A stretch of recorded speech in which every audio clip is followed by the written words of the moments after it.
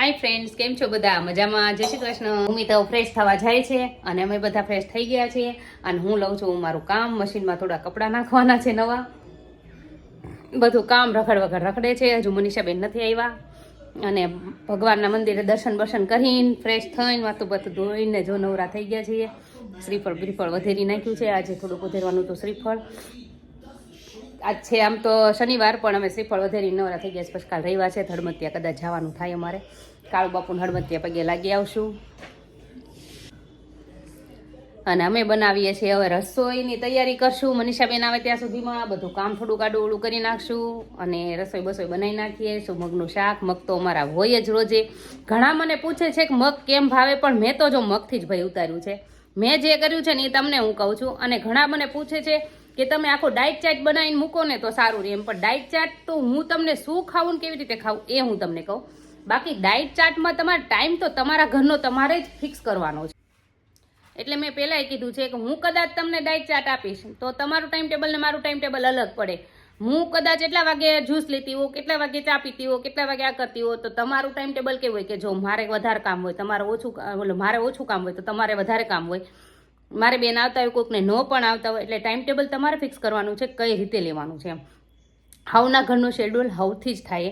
મેં બહુ ટ્રાય કરી, બધા એમ કહેતા ને, બધાના વિડીયો મેં જોયા હતા મારા વખતે કે આ રીતે લેવાનું, આ રીતે લેવાનું, એટલા વાગે આ લઈ લેવાનું, એટલા વાગે આ લઈ લેવાનું.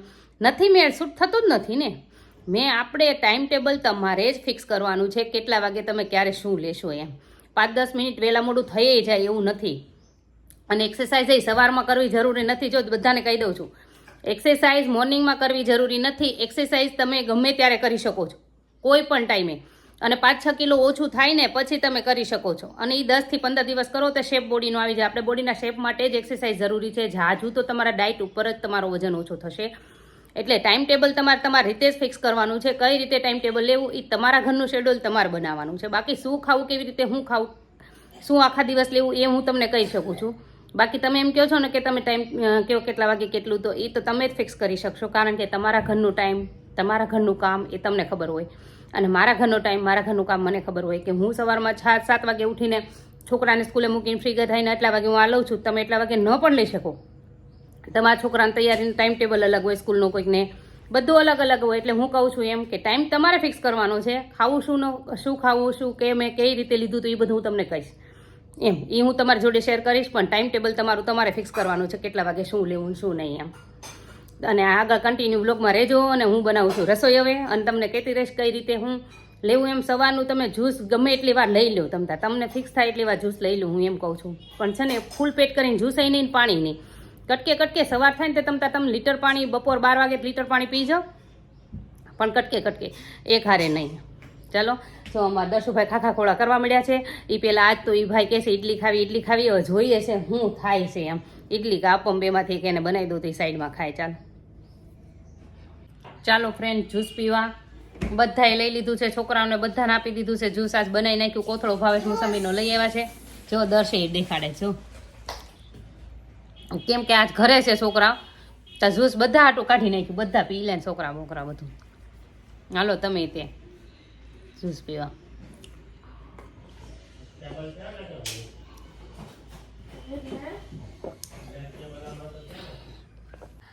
ચાલો ફ્રેન્ડ્સ, અમે બેસી ગયા છીએ બપોરનું જમવા.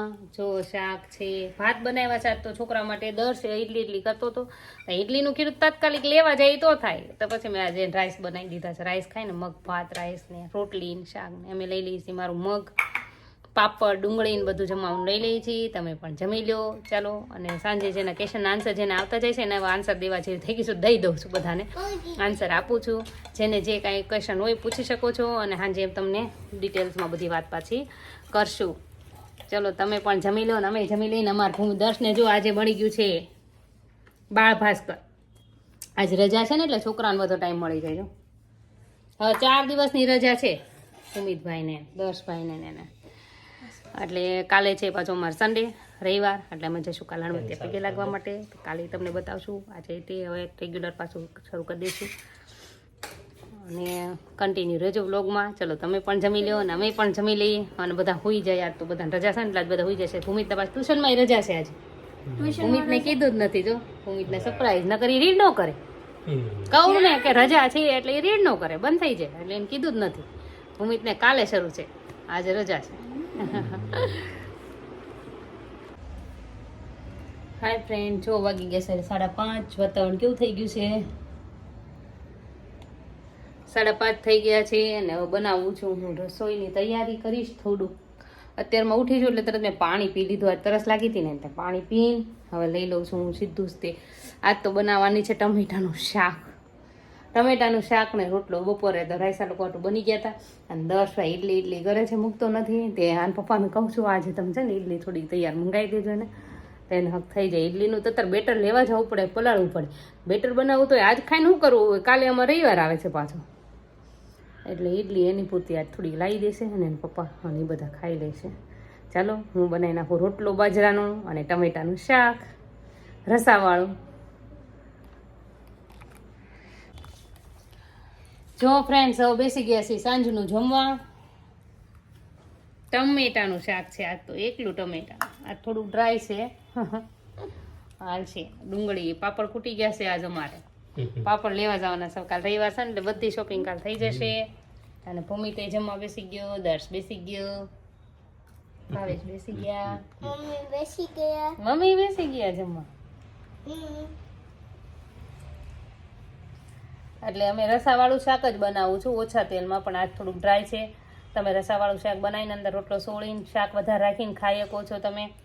અને કોક મારું વજન પૂછતું હતું તો મારું વજન 60માં વયું ગયું છે ને, 60 61 ચાલ્યા કરે એને જેવું.